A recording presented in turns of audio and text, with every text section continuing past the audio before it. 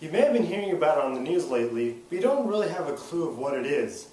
You may have been asking, just like many others, what is the Zika virus?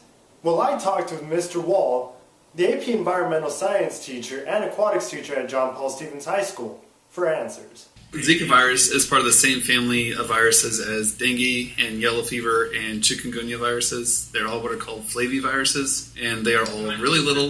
They have RNA, and they're spread by mosquitoes. So now that we have a clue of what it is, how do you get it?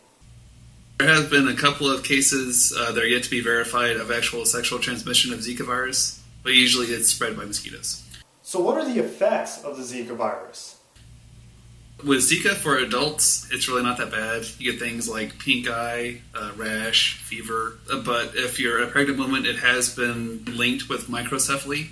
What that means is that whenever the baby is actually born, it has an extra small head, which means it also has an extra small brain, which means that it'll have developmental problems.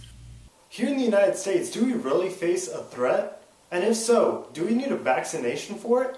Because of Zika being limited to mostly Central and South America, some parts of Africa and Southeast Asia, where they don't really have that good of health care, and because it's spread generally by mosquito bites, I really don't see a point in having vaccinations, essentially because it isn't really needed. So far, have there been any deaths linked to the Zika virus?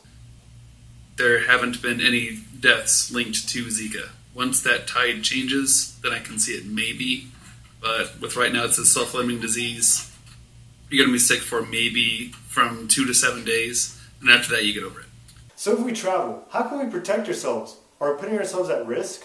I think it'd be a good idea if you were considering going to vacation in those countries, say during like spring break or over the summer, to at least have mosquito repellent with you, to use a bed net whenever you sleep, and wear clothing that covers up most of your extremities, and not go out whenever the Aedes mosquitoes are most active. But besides that, not really.